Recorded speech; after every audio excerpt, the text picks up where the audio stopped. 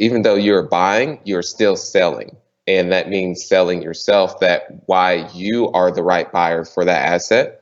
Because in today's climate, there's tons of buyers who have money, and oftentimes a seller will go with a lower offer, just not only because that person has rapport, but they know that that person can close.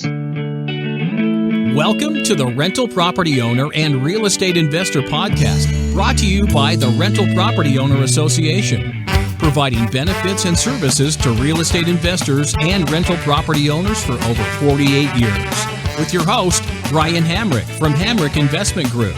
This episode is sponsored by Green Property Management, managing everything from single-family homes to apartment complexes in the West Michigan area. Find out more at greenpropertymgt.com. And Mike Murphy at JB Harrison Insurance, helping real estate investors to understand and choose their best options for all their insurance needs. Call 616-868-0050 or email mikem@jbhins.com. Hello and welcome to episode 163. My guest today started investing in real estate by buying and selling over 100 single-family homes. Then he transitioned to multifamily and in 3 years went from 0 to 300 units across the nation. Sterling White is an investor and business owner on a mission to make the world a better place through principled and efficient real estate investing. He's also helping other syndicators raise money and communicate with investors through a software platform he helped develop called Syndication Pro. And he's also the co-founder of Holdfolio, helping investors participate passively in multifamily and apartment opportunities. Sterling, welcome to the show. Thank you so much for that intro, Brian, and I'm ready to bring the value to the listeners. Awesome. I cannot wait. And I'd love to start just with going back to the beginning. Tell us a little bit about yourself and how you got started investing in real estate. Yeah, so it can go as early as elementary days, in which I've always had the entrepreneur or entrepreneurship bug, where I would sell anything I could get my hands on, first starting with Kool-Aid. And then I kind of scaled up from the Kool-Aid in my schools, and then having others sell that Kool-Aid and they bringing the money back to me.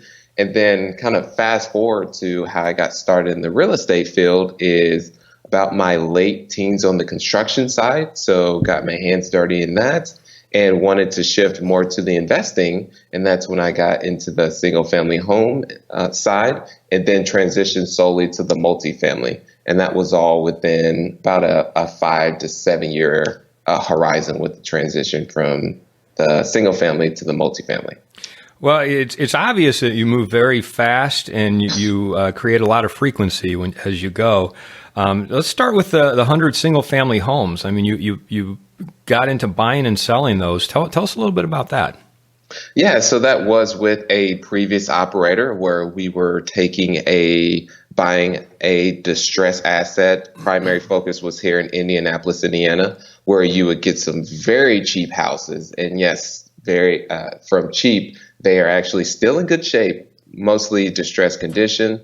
Let's say about $40,000. We would put about 30 to 40 into it and then sell it to another investor for investment purposes. So that's how was able to get the bug on the investing side. So were these primarily flips and rehabs, or were you doing any buy and holds as well? I did some buy and holds as well with another operator, but that primary focus was just a flip essentially, and then managing it on the back end. What are your thoughts about doing that? I mean, you obviously tried it, you did it, and then you moved on to multifamily. But before we talk about multifamily, I just love to get your perspective on the flipping and the rehabbing. It's a great model. It's very management intensive, and then also it's highly taxable as well, versus more on the buy and hold. There's more tax benefits, and I just really enjoy that philosophy more because you're more building long-term wealth from my perspective. Yeah, and just for our listeners, when you say it's highly taxable, define what you mean by that. It's the capital gains, and this is more of would want to get my partner involved on the tax side, but it's more the versus trying to think it's ordinary income or active income is how it's taxed. And then versus on the more passive side, it's taxed completely different, I believe, on the rental income side. Let's talk about then, you were doing that and you decided, hey, I'm going to get into multifamily. How did that transition go in the beginning? I would say it's more control. So on the multifamily side, it's more based upon the income is your net operating income. And then people are looking at that and there's the cap rate. So you directly control that. And then also economies of scale. So we can have multiple, let's say it's a 150 unit apartment complex. We can have 2 or 3 people that are operating it on site. And then also scale with those single families that we formerly purchased. There was 100 or close to 100 transactions versus a 100 unit complex. That's just one transaction. So I just threw multiple things out there, but there's so many more benefits that we saw and made the transition. Well, did something happen to make you think, hey, I'm kind of done with the single families and the flips into rehabs. I'm going to do multifamily now. I mean, what was that pivot point? What happened?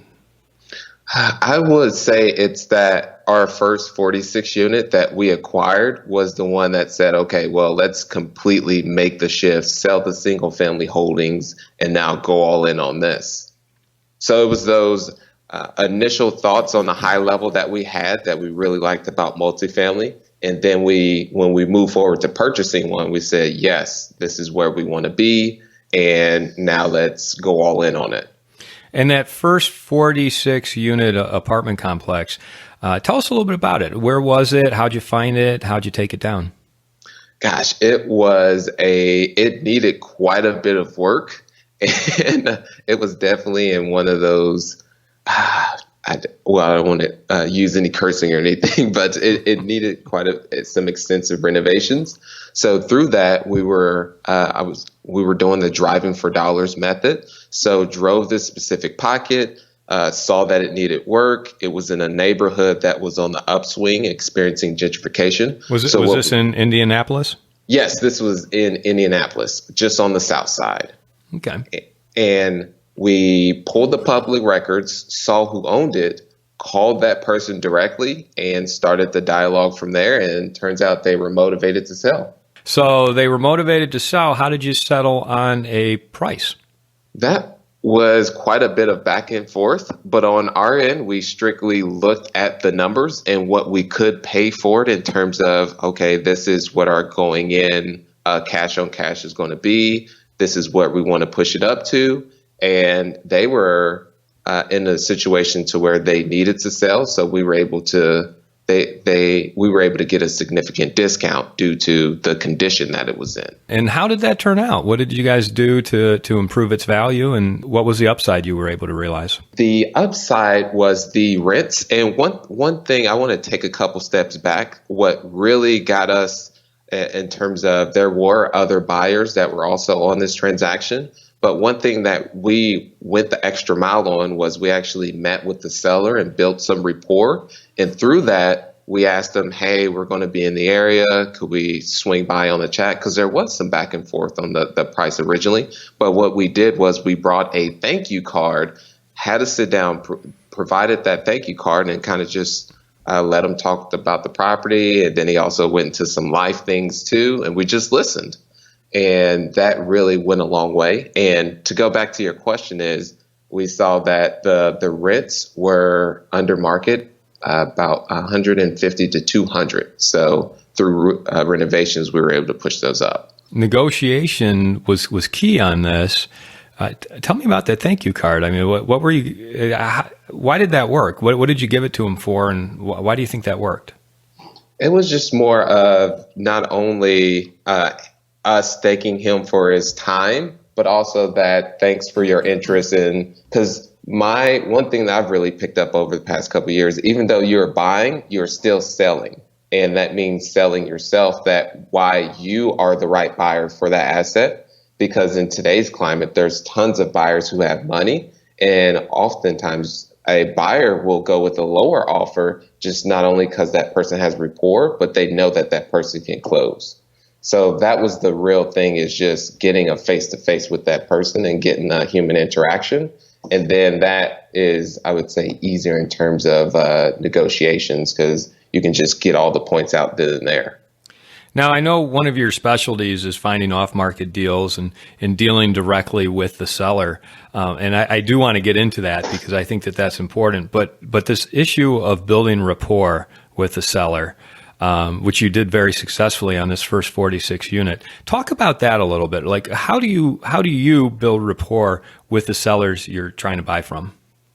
Yeah, so it's all about getting creative in the follow up, and that's what we'll get into later as well on the going direct to the seller. But I would say the building rapport is ultimately, let's say initially they're not interested in selling, is you have to figure out some way to be of value to that individual. So let's say they may not be as sophisticated and you say, hey, well, in the event you do sell, there's a way you can actually defer on taxes. Have you heard of a 1031? And then another method that you can utilize this too is, hey, I'll be in the neighborhood. Let's grab some cup of coffee and just discuss whatever way I can be of value, if it's helping with property management, etc. So that's all those type of mechanisms versus coming at that individual and saying, are you interested in selling? Let me know when you're selling. It's just being creative and being of value is a great way to build rapport. I'd like to take a moment to tell you about Green Property Management. Not only do they manage everything from single-family homes to apartment complexes in the West Michigan area, they also manage my entire portfolio. So I can tell you from personal experience that their unique flat fee management style is worth a closer look. If you feel that your property isn't operating to its fullest potential, then Green Property Management can help you take a holistic approach that will save you money, eliminate your headaches, and increase your net income. And if you're a property manager interested in applying Green Property Management's model, give them a call at 1-866-95-GREEN or visit them on the web at greenpropertymgt.com. Offering them help or advice or ideas that might benefit them while building rapport can oftentimes lead to a sale. How often do you find that actually works with sellers? That has worked tremendously I would say for myself, because we go the off-market route and get in touch with owners. And in today's climate, they either want to put it on the market or it's just not the right time to sell. And then if you're figuring out a creative way to follow up with them, then you're the one that's going to stay top of mind for when they are interested in selling. You were able to basically build that multifamily portfolio from 0 to 300 units in 3 years. Talk about that. How did you go about expanding after that 46 unit? So all, again, off market and direct to the owner. And so specifically is the main method that we use is cold calls. We'll do cold calls. We'll pull a list and we'll build a list ourselves. And then through that, we'll call the owners directly. And then we'll throw in direct mail campaigns in addition to personal visits as well. Are you targeting specific properties and specific owners? I mean, because you're not just in Indianapolis anymore. You're in other areas of the country. Is that correct? Yeah, we've expanded to markets within Kentucky as well as Ohio. So how do you identify which properties you actually want to go after? So we'll look at the economics of course, the market, and then we'll get narrowed down. So we'll say we want in this specific, let's say Louisville, Kentucky, we want apartment complexes between 75 to 200 units. So we've got this list, and then we'll further narrow it down between, okay, these are the red areas where high crime, high vacancy, that's not where we want to be. And then we'll also cross out the affordable housing, so Section 42, which nothing wrong with that. That's just not in our wheelhouse. And then also new construction. So then we have this very tight-knit list, and then we start pulling the information and going direct to the owner. So it sounds like B and C type properties and B minus type areas? That is correct, yes. Anywhere from 75 to 200 units, that's kind of your wheelhouse there? Mm-hmm. Bread and butter. Tell me about some of the other deals that you've picked up along the way. Yeah, so just recently, I would say over 2 weeks ago, we closed on a 80 unit that was in Louisville, Kentucky. And that was another one that needs significant rehab on that too. Rent premiums were able to push between about 125 to 175 per door. And you were able to find that by just going directly to the seller? Yeah, directly to the seller again. Yeah. Well, on that we went through the influencer, which was the son of the actual owner. It's a whole story in itself, but we leveraged the son who was managing the property into the ground and wanted nothing to do with it. His dad was fine with the asset because he owned it free and clear, and it was only 57% occupied, but he was still making money, but was able to hit the pain points on the son to then shoot it up to the dad. And then finally, over the course of a year, they said, oh, well, okay, let's sell it.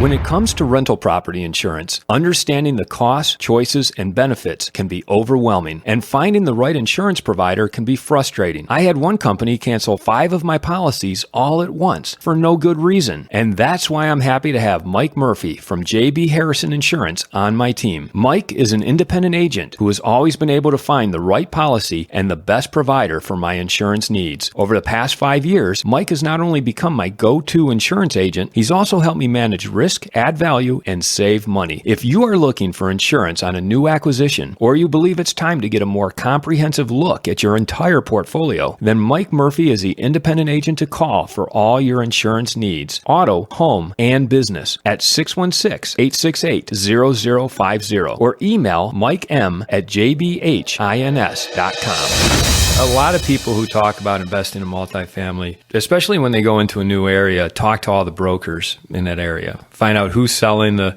types of properties they want to buy, those B and C apartments, 75 to 100, 200 units, and get to know those brokers, get them to start sending deals. But it sounds like you don't do any of that. No, we were implementing that, and it's just once something goes on the market, it gets bidded up, multiple calls the offer, and even the pocket listings that we got as well, we just weren't having that much success with. So it said, well, heck, let's beat the brokers to the punch. Yeah. So tell me about your deal flow then. Are you looking at a lot of these off-market deals all the time? I mean, how successful is it in bringing deals across your desk? I would say we're looking at anywhere between 175 to 200 different properties in order to pull down one deal. So quite a bit that we're looking through in order to find something. Yeah. So are you the one doing all that work, or do you have other people on your team that are helping you?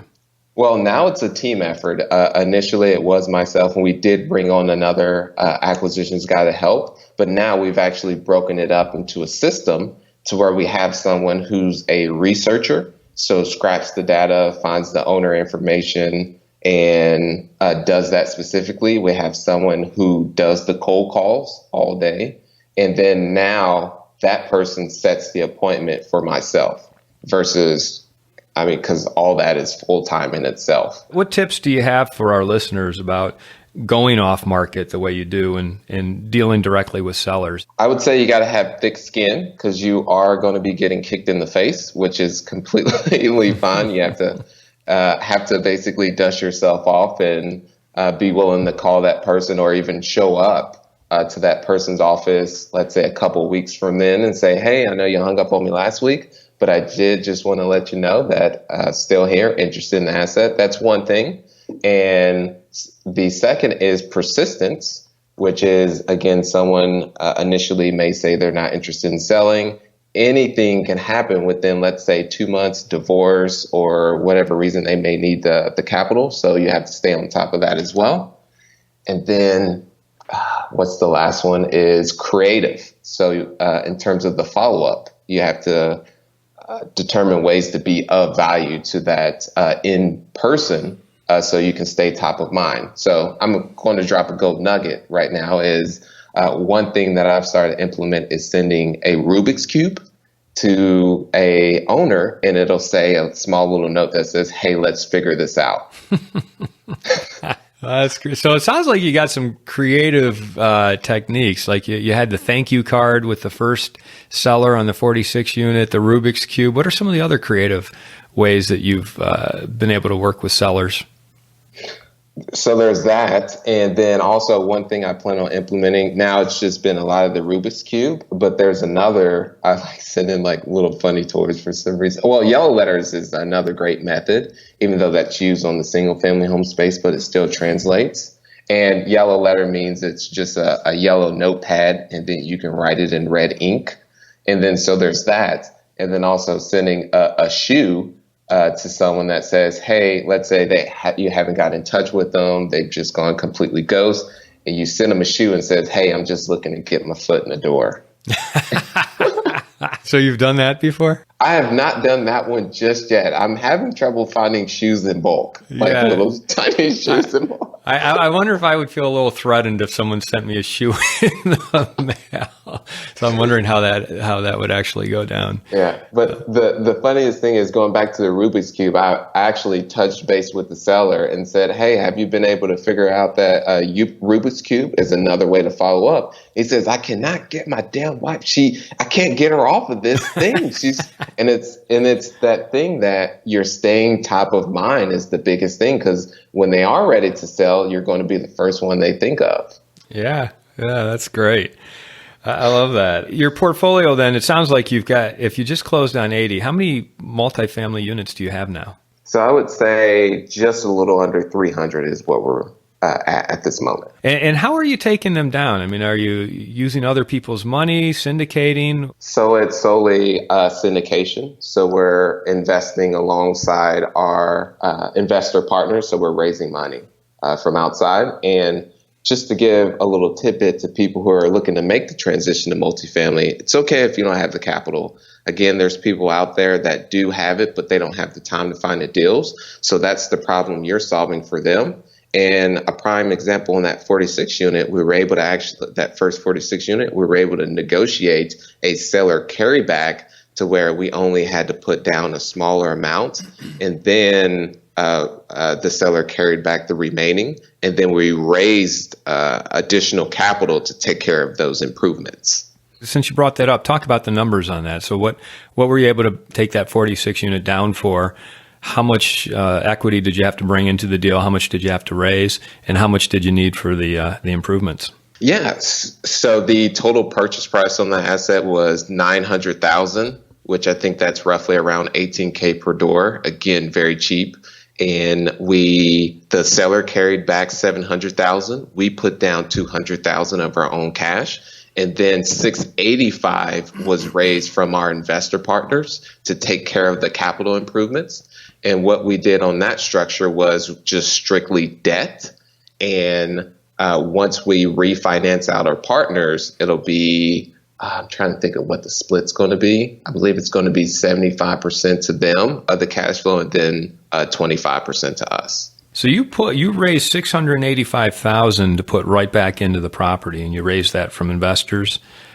Mm-hmm. That is correct. And that was a debt. So I'm confused because you said it was debt. So the $685,000 you borrowed at a certain interest rate, and you just basically paid interest on that?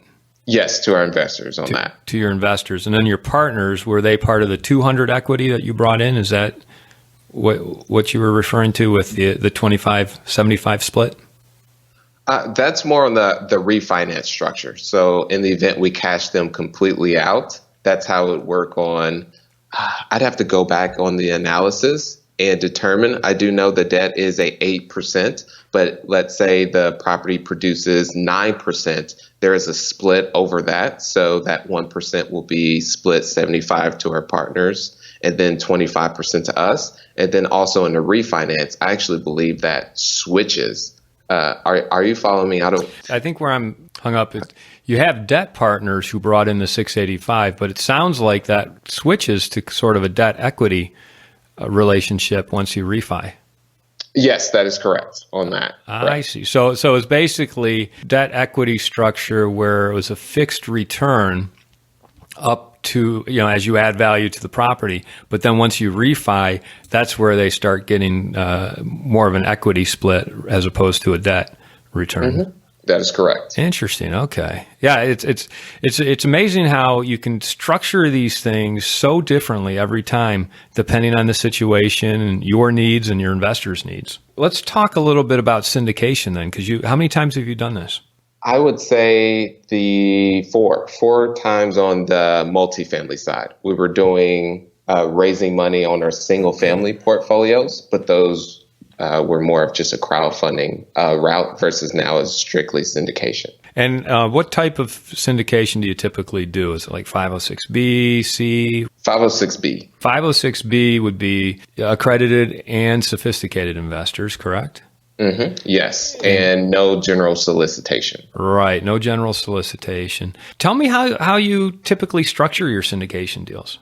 Yeah, so now since that first one, we do more of the what investors see commonly to where it'll be more of an equity. So we'll do a preferred return of, let's say, 8%. And then anything over that will be a waterfall of what I was mentioning on the other deals, such as 75% and then 25%.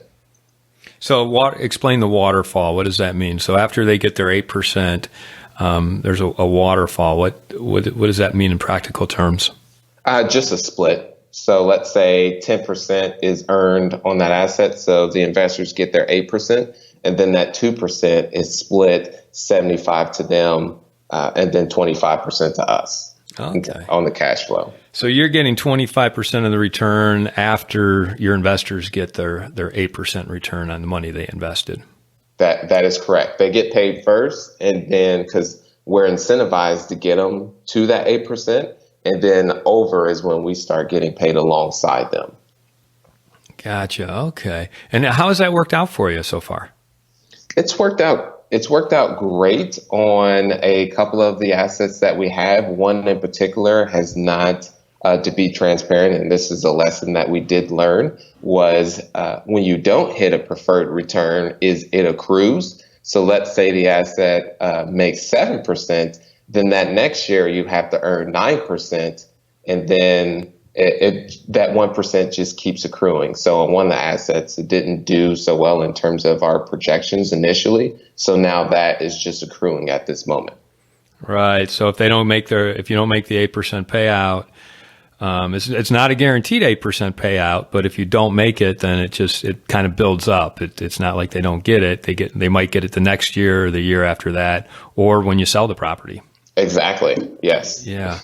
Yeah, so you always, when you're syndicating, you always kind of have to take that into account. Like, let's make sure if we're going to say an 8% preferred return, that we're pretty certain we can get there. I mean, I've certainly been in that situation too with the preferred returns, and if something happens at the property, your expenses are a little higher than you expect, and oops, you're not able to make that preferred return in the year. Yes. It happens. So investors, but when you're syndicating to sophisticated and accredited investors, they get it. They understand that those things do happen.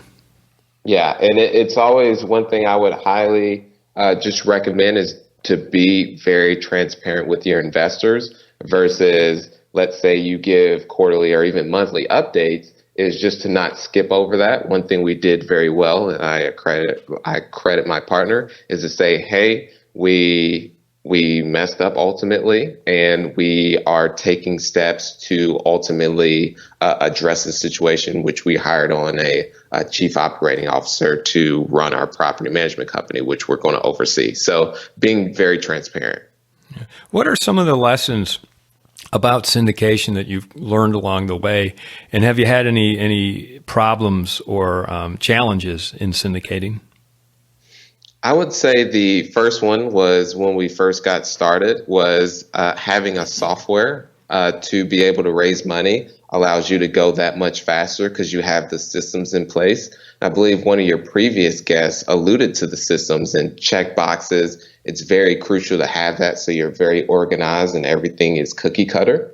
And then the other is even in your projections, when you are conservative, there's just still going to be something that happens once you actually acquire the deal that you just did not ultimately foresee. So that's one thing that we're still learning, that how do you, and I want your recommendation too, Brian, how do you stay conservative in your financials to not be too conservative?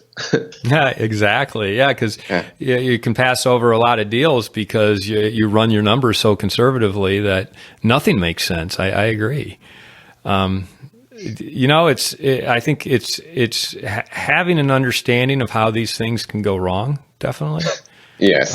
Because they do quite often go wrong. You have issues that you could never foresee. Tenant problems that can creep up, and Or hurricanes. yeah, absolutely, hurricanes, natural disasters.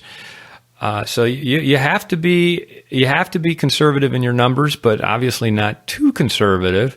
And at the same time, that's why I like accredited investors, because the investors that I work with, they get it. If they don't get their quarterly return for some reason, they're not going to be calling me on the phone asking for their money back. They understand the risk, and that sometimes it takes a little extra time. Mm-hmm. I completely agree. You brought up something really interesting, and this gets into Holdfolio and Syndication Pro. Having software that helps you with your investors and keep track of the numbers. Talk about that, because and I know both Holdfolio and Syndication Pro are software platforms that you've developed. Explain what they are, and then I'll have some follow-up questions for you. Yeah, so Holdfolio is our main company where investors come to us to invest in income-producing assets that we own and manage. And then Syndication Pro is what we developed from Holdfolio that is basically the back end that allows us to raise all of that equity. And so ultimately, when we got started, we were looking for something more affordable, and we decided to just build it out ourselves because we couldn't find anything. And then fast forward years later, we still see that there is that need. So that's where Syndication Pro came to fruition. Yeah, and so this is important, because what you're talking about is key to managing your investors' money and helping you raise the money. But I want to make sure people understand exactly what you're talking about. So if you have a deal that you're putting out there, an opportunity, talk about that process your investor goes through the software platform to understand that deal and invest their money. Yeah, so it's everything's done online. So if you have, Cherokee Apartments LLC, you would provide that an investor could go to their portal and then go view all of the documents associated with that, offering memorandum, private place, PPM, financials, pro forma, et cetera. And then you would have your invest button there. And then through that, they would hit the invest button, sign whatever specific agreements you have with that specific investment. And then they would then send you a check. And then everything's done completely online. And then the second half is they would be able to track that investment as well. So they have that whole investor experience, which increases your retention ultimately.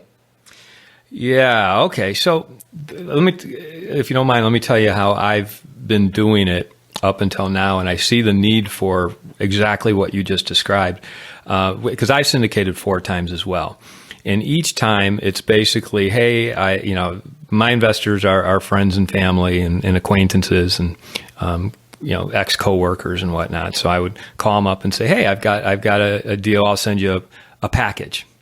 So I email them a PDF that they can look at. If they're interested, I'll send them a subscription package. But that subscription package is something that I had printed out at Kinko. So it's a nicely bound. It has the operating agreement. It has the private placement memorandum, the subscription agreement. It has what I like to call the marketing package as well, photos of the property, information on the property, all of that. But it can be quite costly to go to Kinko's and print these things out and then mail them, and then you got to put the return envelope in there. They'll mail it back to you. So I'll take you through the process here. So I've done that with 40 times with 40 different investors, and it's worked fine. But it sounds like you've come up with a better way.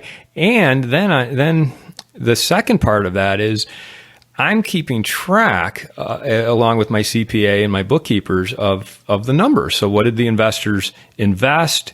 What's their quarterly preferred return based on that investment? Let's send them a check. It's a very manual process that I go through, and I'm sure a lot of syndicators go through. But you've developed a much more automated way, it sounds like. Yeah, which ultimately saves you time during that whole entire process, which allows you to focus more on what you do best, which is acquisitions. Given what I just described to you, the process I go through, how do you do it differently? Yeah, so everything is central in one spot and it's on the web. So once you do have that specific investment that you were mentioning, you would tell John Smith that, hey, you can log into your portal, or you could provide them a link, and then they would be able to visit that page and then actually view the marketing documents, the subscription agreements. And let's say they want to move forward, they would hit the invest button, and then the subscription agreement would actually be sent to them via e-signature versus having to deliver it through the mail. And then they sign it, and then it automatically saves to your back end as a operator. And then once they want to fund the investment, that's a step that they would have to actually do online if they're sending a check or either a wire as well. So it would walk them through the wiring or the funding process. I wouldn't have to worry about all the FedEx envelopes going back and forth in the mail then. That is correct. Once they specifically the marketing documents, again, that's on the invest page of that specific investment. And then the subscription agreement is just signed via e-signature that end user or your investor can actually sign from their phone. And then that's automatically in your system. So there's definitely no manual labor in that. Everything's completely automated on that side. Now, as far as the operating agreement, the subscription package, the private placement memorandum, that's all stuff that I would have my attorney put together. Is that correct? Yes, they would put that together, and then you would upload that. And then you have a way of making it uploaded in such a way and formatted in such a way that wherever their signature is needed, they can auto sign over the internet.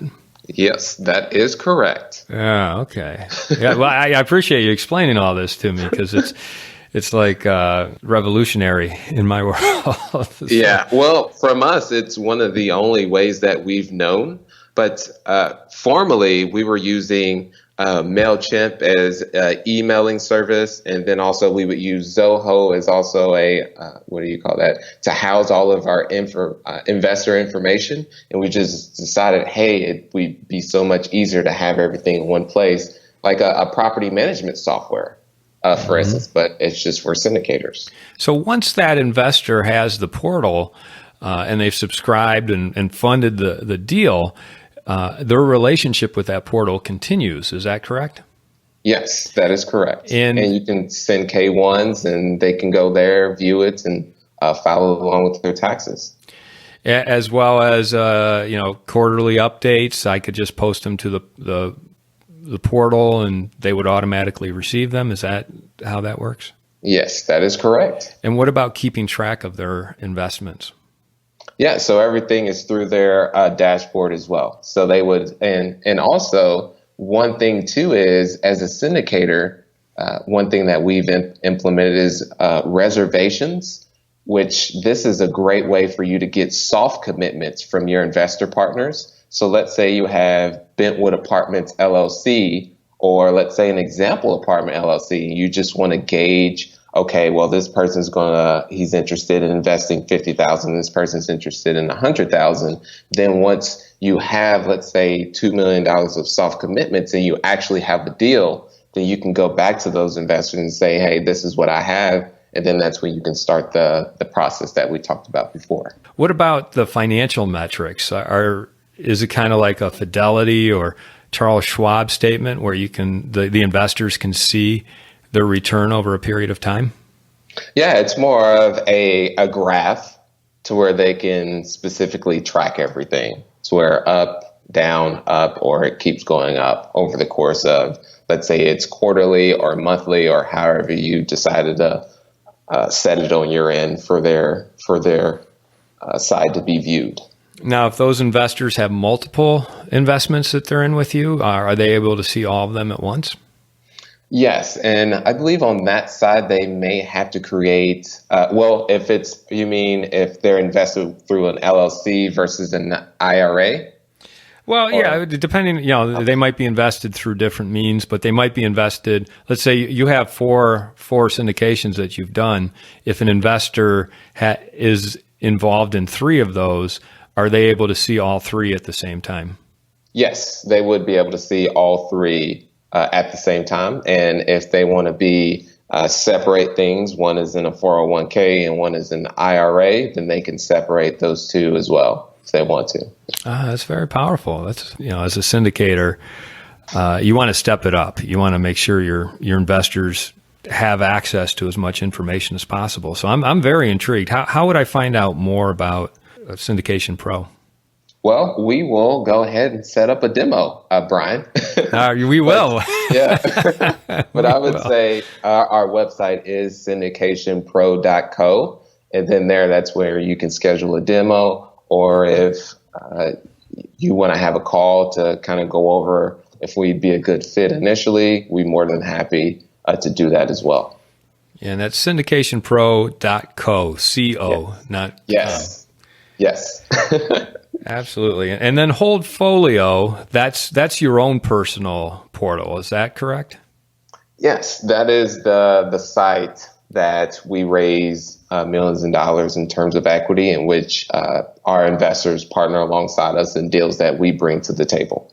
Now, is it using the same platform that Syndication Pro uses? Is it, the same type of interface?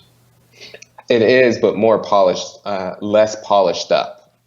Mm-hmm. So Holdfolio is Syndication Pro, but Syndication Pro is more, not, I would say, robust, but a lot more, what's that word I'm looking for? Sharpened, which we're translating that software to Holdfolio about the end of this month. So so let's talk about just the impression that it makes, because that's important. When I get my Charles Schwab statement or my Fidelity, or I go online to Fidelity and I look at my statement, there's a certain polish to it, a certain professionalism. Does Syndication Pro offer that same sort of feel? Mm-hmm. And very user friendly. So not too buggy to where there's all these different buttons. It's very user friendly. And the interface, we've made it to where an investor can go there. They want to look at their dashboard. It's very simple and straightforward. Well, Sterling, as we wrap it up here, I always like to ask, what kind of advice do you have for our listeners who maybe have a couple single family or are looking to make that transition like you did into multifamily? What would you say to them? If you can find a mentor, that'll allow you to go that much faster and scale. And to find a mentor ultimately, or someone who you can basically get insight from, there's tons of resources. There's local meetups, there's biggerpockets.com, or you can Google search the top developers in your specific market and then reach out to them and be of value, of course. But I would just say get someone ultimately to be looking over your shoulder. Yeah, it definitely helps to have that person with some experience. And then if people wanted to get a hold of you or find out more about what you're up to, how would they do so?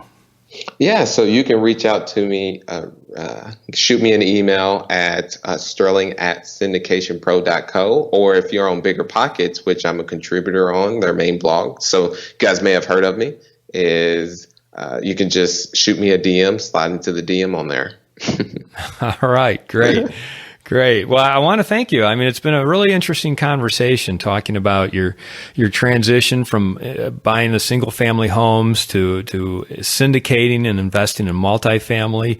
The whole part of talking about Holdfolio and Syndication Pro, that's definitely something that intrigues me a lot, because it's definitely the next step that I need to take in bringing my syndicating and money raising and working with my investors to the next level. Great talking with you. Yeah, you too, Brian. do big things. This episode was sponsored by Green Property Management, managing everything from single-family homes to apartment complexes in the West Michigan area. Find out more at greenpropertymgt.com. And Mike Murphy at JB Harrison Insurance, helping real estate investors to understand and choose their best options for all their insurance needs. Call 616-868-0050 or email mikem@jbhins.com. You've been listening to the Rental Property Owner and Real Estate Investor Podcast, brought to you by the Rental Property Owner Association. You can find out more at rpoaonline.org. If you enjoyed this podcast, please go to iTunes to subscribe, rate, and review.